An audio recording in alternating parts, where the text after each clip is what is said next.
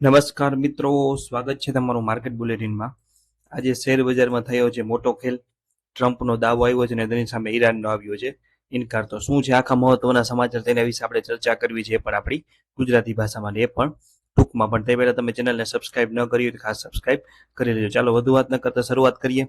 આજે શેર બજારમાં જે ઉથલપાથલ જોવા મળી રહી છે તેને દરેક રોકાણકારો મૂંઝવણમાં છે।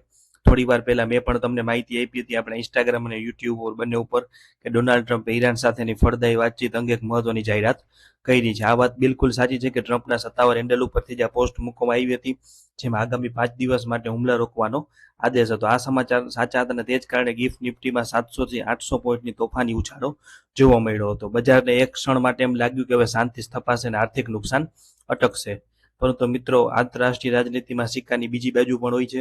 જેવી ટ્રમ્પની આ પોસ્ટ વાયરલ થઈ તેના તુરંત બાદ ઈરાન તરફથી અત્યંત કડક જવાબ આવ્યો છે।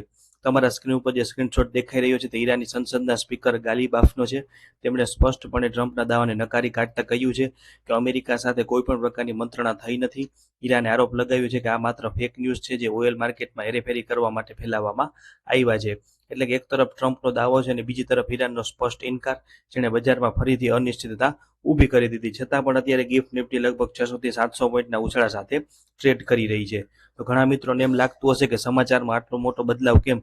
તો સમજી લ્યો કે ગ્લોબલ માર્કેટમાં પરિસ્થિતિ પડે પડ બદલાતી હોય છે।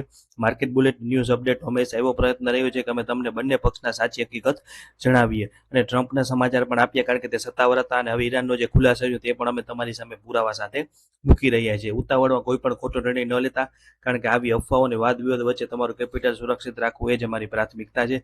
તો સચોટ અને ગ્રાઉન્ડ લેવલની માહિતી માટે જોડાયેલો માર્કેટ બુલેટિન સાથે, અને કોઈ પ્રકારનો પ્રશ્ન કે મંતવ્ય હોય તો કોમેન્ટ સેક્શનમાં જરૂર જણાવજો। આભાર, જોડાયેલા।